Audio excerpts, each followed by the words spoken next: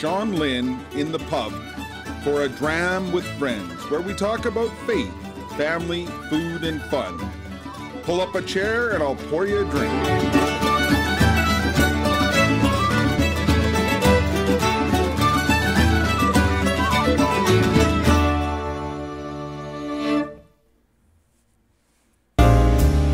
Episode 78. We are on the road visiting our good friend Fr Marius. He's going to show us how to ride God's highway. Sit back as he pours us a dram.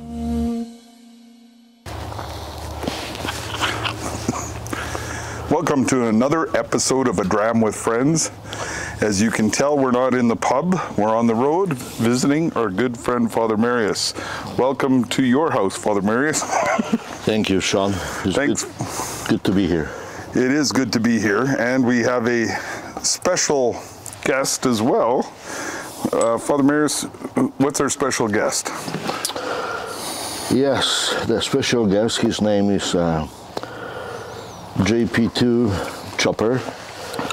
I'm a privileged guy to own this beautiful motorcycle. And it's quite a story behind it, but I believe we get into that later on. Yeah, the bike was built as a tribute to my countryman, John Paul II. So, you poured us a nice shot of Abelauer 12, which thank you very much. Much appreciated. For our friends in the pub who don't know the famous Fr Marius, who is Fr Marius?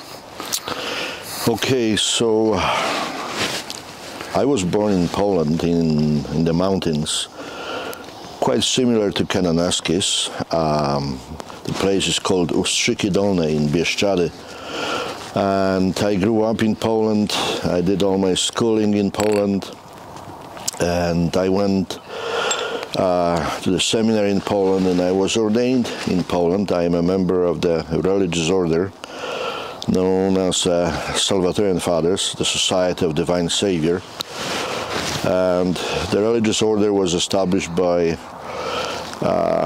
Blessed Francis Jordan in 1881, 8th of December 1881.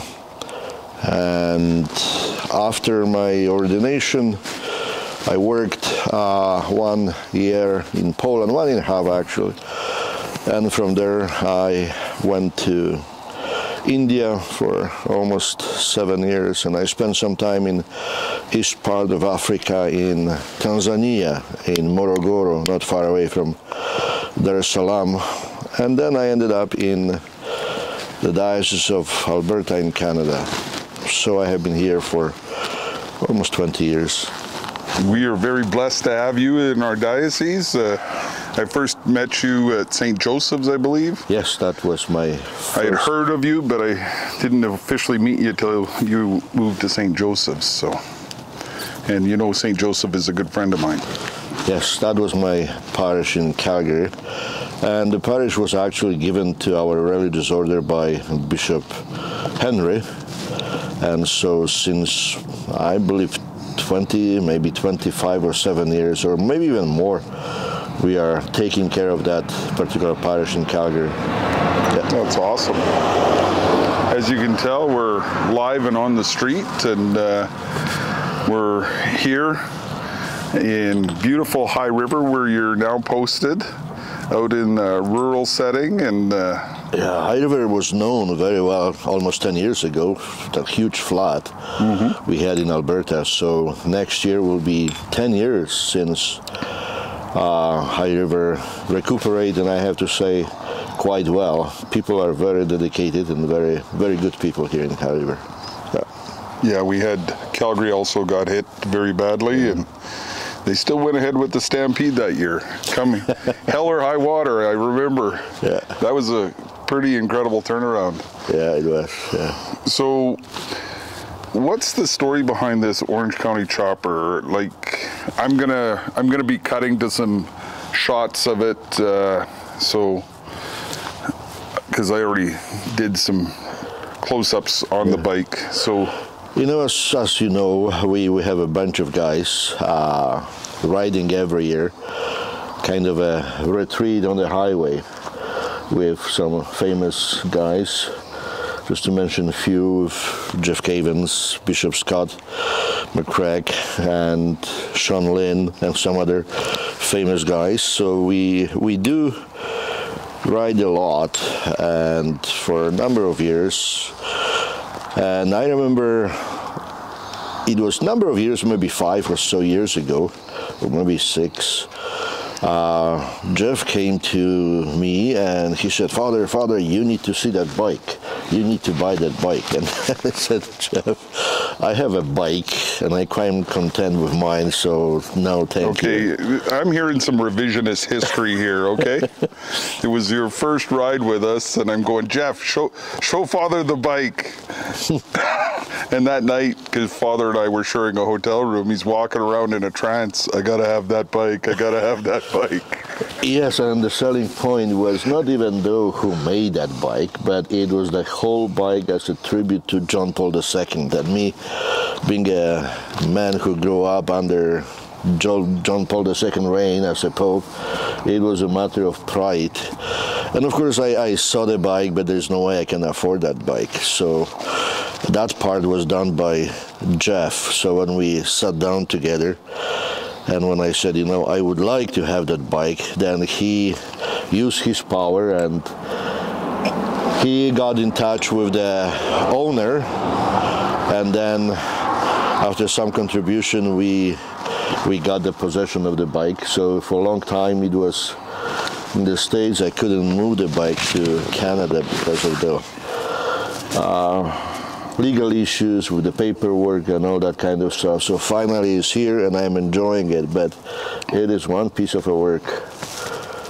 Yeah, the bike was built by Orange County Choppers, Paul Jr. by the way, and it is amazing, and it is so interesting. The whole point why the bike was built was for that particular purpose, for evangelization. And that's what I'm doing it, riding the bike. You don't have to say even a word. People come and look at the bike. Whenever I pump the gas, I said, who is that guy on the tank? And that's how the conversation starts. Yeah, and then when you look at the bike, it's very much Catholic motorcycle. And that's why we were riding motorcycles in the first place. As you say, it's a retreat, which it is for us, to get out, to share brotherhood, to get on the open road. But we also evangelize wherever we go, looking for the people that God gives us the opportunity to do that. And it's been wonderful. It has been fun. I enjoy that very much, and it's an interesting. Like for us, we are people who are surrounded by Christian environment. In the parish or place of work, wherever you go, you have people who share the same faith, share the same way of life, the same ideas. But when we get on the bike, you meet all kinds of people. And not necessarily from your line of life or your work or your faith, but no matter who they are, God is present there, and that's what we have to do. We just have to present the gospel to them. We are like going and just spreading the seed, and then the God does the growing. He does the rest. So we do our job, He does His job, and hopefully we will get somewhere in all of that. And we're doing our job right now by talking to you, having a whiskey. Yep. He's got a cigar, I've got a pipe. See, I don't normally get to do this in the pub because there's no smoking in the house. So yeah, oh, we can have a smoke here. It's not a problem. Yeah. So that's the beauty of the motorcycle. So you talked about growing up in Poland. You grew up during the communist reign there. Yes. That's got to be like quite a bit different. How can people understand just how good they have it here? You know, I still remember martial law in Poland. I still remember lining up for a piece of sausage. I remember lining up for almost anything. You had to line up for 2-3 days to get something to eat. So it wasn't that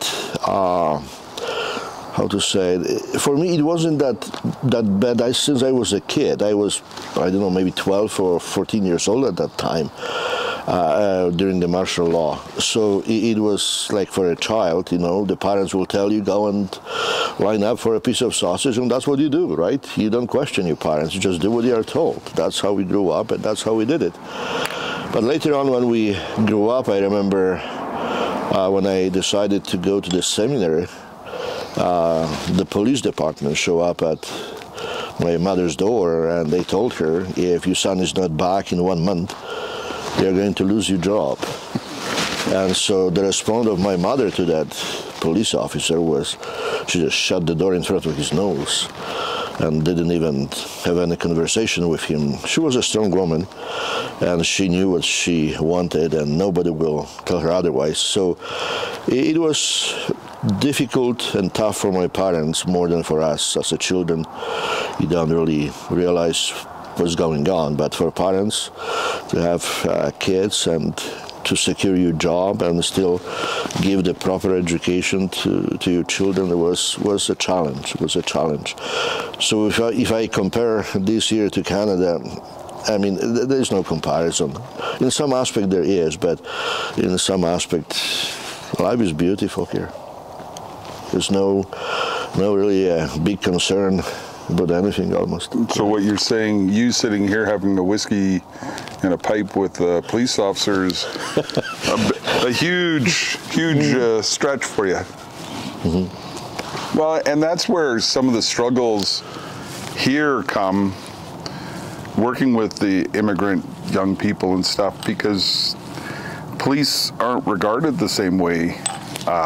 No, the police department, it was very much working for the government, and they were just extension of the government, and they were not people trustworthy. They were basically fighting with the church and everything else. So it was, you as a priest probably will never ever sit with a police officer smoking or drinking anything. It's just not it's not visible. Not in normal circumstances, unless there were some connections private before the martial law, but in normal circumstances there's no way. So there was a huge lack of trust towards any law enforcement in Poland during the communist time. Yeah. So how does, for one working with immigrant people coming in who have that lack of trust, how do we get over that, or how do we build that trust here? What advice do you give our young police officers? I mean, I don't know any other countries, but what I can say, knowing you and knowing that you are the police officer, if you know somebody personally, then you have a relationship, you have some kind of trust built, but not because you are a police officer, it's because you are a man I can trust, regardless what kind of job you do.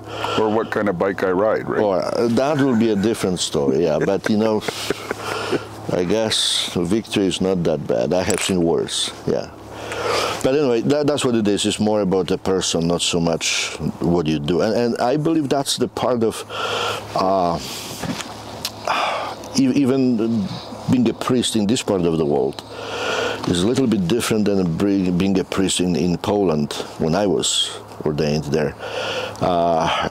People, they don't really care who you are here. They do care what you do, what kind of job you do, and if you're good at it, if you're good to them, they're good to you. But if you're not pleasant, then they won't give you any credit, regardless if you're a priest or a bishop or whoever you are. You have to be good to them, and they're good to you. Sometimes that's a challenge because of the gospel which we preach, and we don't preach our gospel, we preach the gospel of Jesus Christ, and that's my another challenge. Like, you know, how can you go and speak from the pulpit, right, to tell people about ideas for life and all of that, coming from different country, a different environment, all of that, but the beauty of that is we are not preaching our own gospel. We are preaching the gospel of Jesus Christ, and that's what gives us that ability to communicate with people, to preach the universal truth, no matter where you are. So it doesn't matter if it's Poland or Canada, you still preach the same gospel. Well, and you talked about something, so I was at a Catholic Men's Leadership Alliance board meeting today, and we were talking about heroicmen.com, where this show is, and the other things that we're trying to do, but that outreach, especially to men, has to be that personal building relationship, that tap, that invitation, and we've got to get over what we do or who we are, and that's precisely why I like those trips. When we get together, we can have a little whiskey, we can have a cigar, we can talk about faith, we can talk about our relationship with God, all of that, and it is good if you have somebody else who does that as well. So we have a common interest, we live the same faith, and we share the same faith, and it is beautiful men's getting together, and that's what I really enjoy. As much as I like to be alone sometimes, but it is good to be together and just have fun. And talking about that relationship, I believe what at least the children or the young people at the school, they have to look at us like a normal people, not necessarily as a priest, which we are, but it is just people who live normal life, who have some hobbies, like in my case motorcycles, but then we can relate to them. When I take the bike to the school, sometimes when I try to talk about religion and the gospel, about faith, I use that motorcycle to talk to those children, and it seems to be working. Like they will come and ask some questions, and they can see that this even bike can relate to the gospel, to evangelizing. So it is an evangelization tool, and I believe we need priests who have some hobbies, can relate to them, play with them, be there when they are in need, not only in the church, not only from the pulpit, but the school, the basketball court, the highway, wherever we can. And that's one of the reasons we looked at disc golf, was just because that's where there's a lot of young men, and what better way to reach out to them than just walking around and talking to them for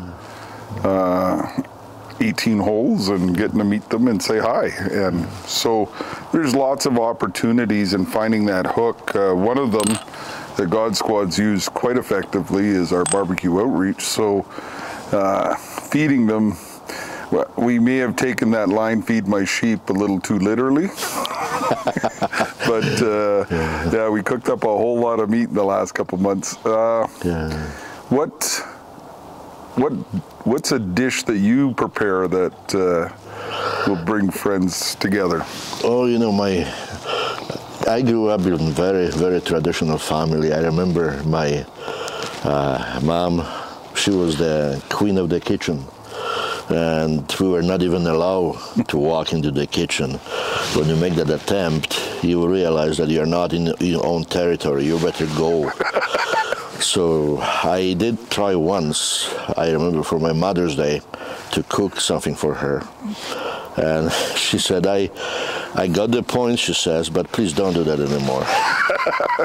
So my cooking skills are not that great, but the Polish dish will be probably, that we call it in our language, is schabowy, but that will be a schnitzel.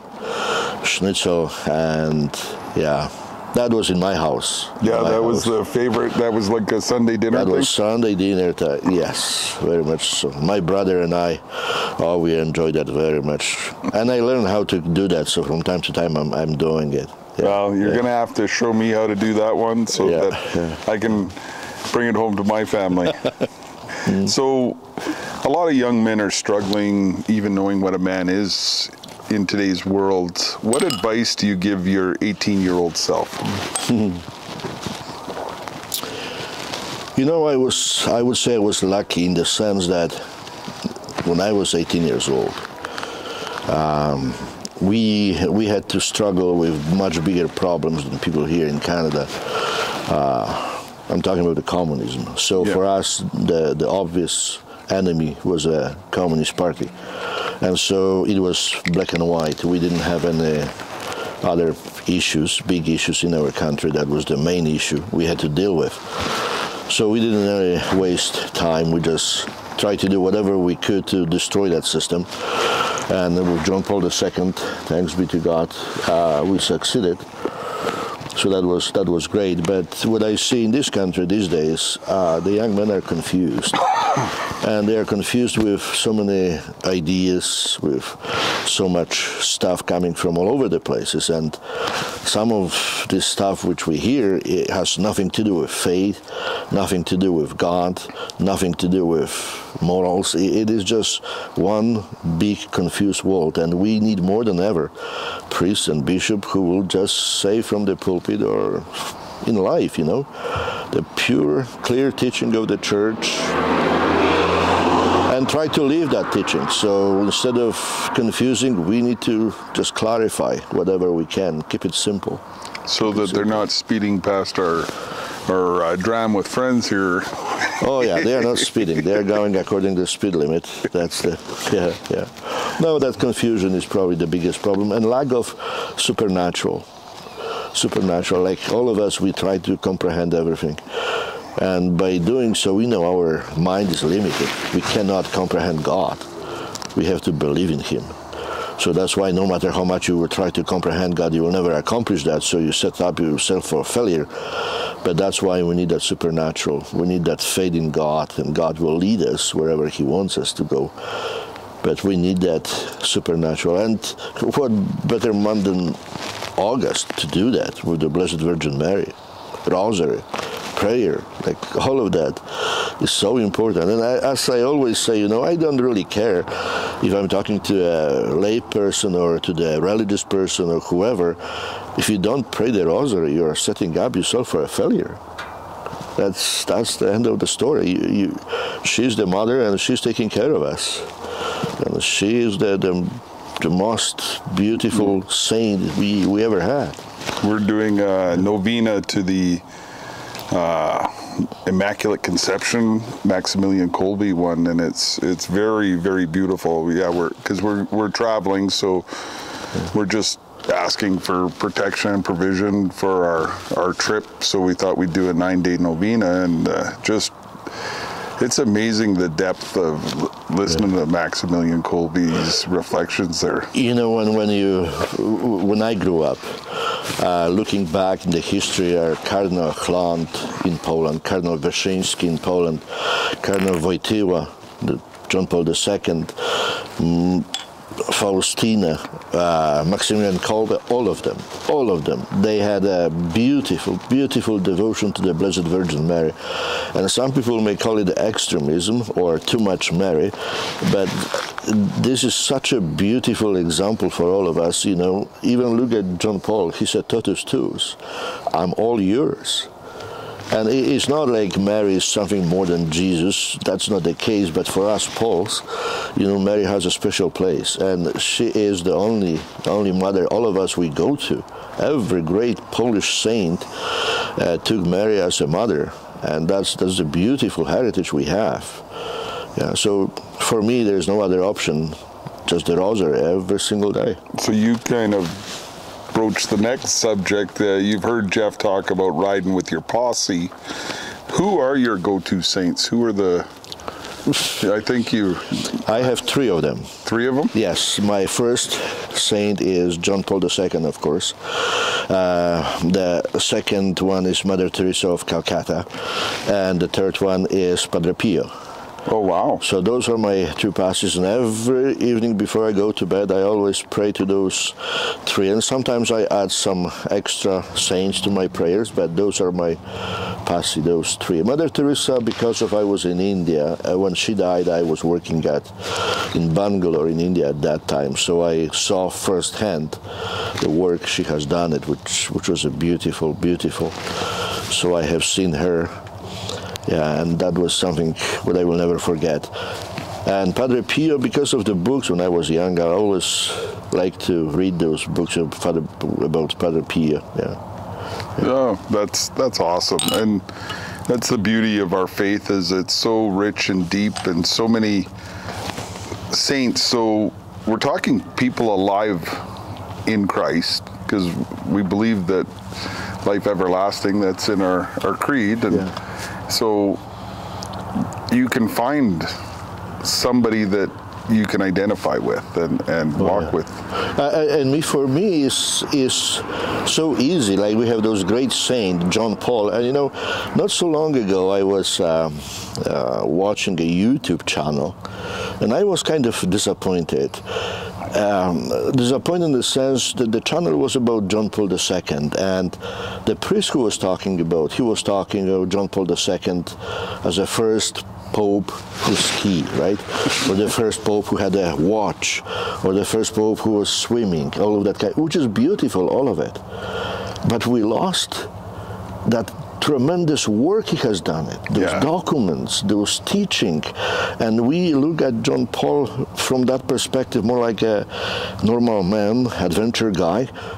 But slowly we are forgetting the tremendous work he has done, it not only from the spiritual part, the religious perspective, but also from that political perspective in Europe, all of that. And it is amazing how quickly we jump over and we forget about man, and we owe him so much. No, he was tremendous. And that's where it'll be interesting. It's still fairly recent history, but how history will view him, because he spoke something like 7 languages.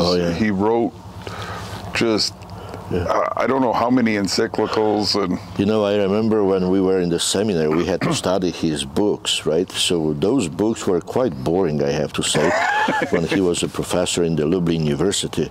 But once he became the Pope, it is completely different stuff. It was more pastoral, it was more, or maybe we grew up. Maybe we grew up and we read those books differently. But I remember in the seminary it was quite a sleeping pill. But afterwards, once you're ordained and you're in that whole pastoral ministry, it was a completely different story. But he was a very, very powerful man, yeah. Him and Cardinal Wyszyński, those two, they were very fundamental for Poland. Yeah. Well, and my last guest on A Dram with Friends, from the Knights of Columbus, they've got a brand new movie out on Mother Teresa that just opened in the States. He wasn't sure of the date it's opening here in Canada, but that's something that sounds like we need to get the people out to see. Yeah, Mother Teresa too. Like, she was amazing woman, amazing saint. Well, we have to have those passes. We have to pray for their intercessions. Yeah. Well, I want to thank you for inviting me out to your place, pouring me a whiskey, and he even let me ride this thing around the block, which was pretty nerve-wracking. And so it was, we got another Harley circling the block here, and Ma and Pa on it. It's beautiful to see. So thank you for allowing me to come here. I don't know if you know, but the term whiskey comes from a Gaelic term called Ishkabaha, which means water of life, and I pray that you lead many souls to the true water of life. That's a good one. That's a good water of life. Yes. Yeah. And I have to say that I was really praying hard when Sean was riding that bike. But thanks be to God, nothing happened. Thank you, Sean. Thank you. I hope you are enjoying this content. Please like and subscribe, share with a friend. Also, go to godsquad.ca where you can pray with us and for us, and consider donating so that we can continue our mission, reaching men wherever they're at. Thank you. As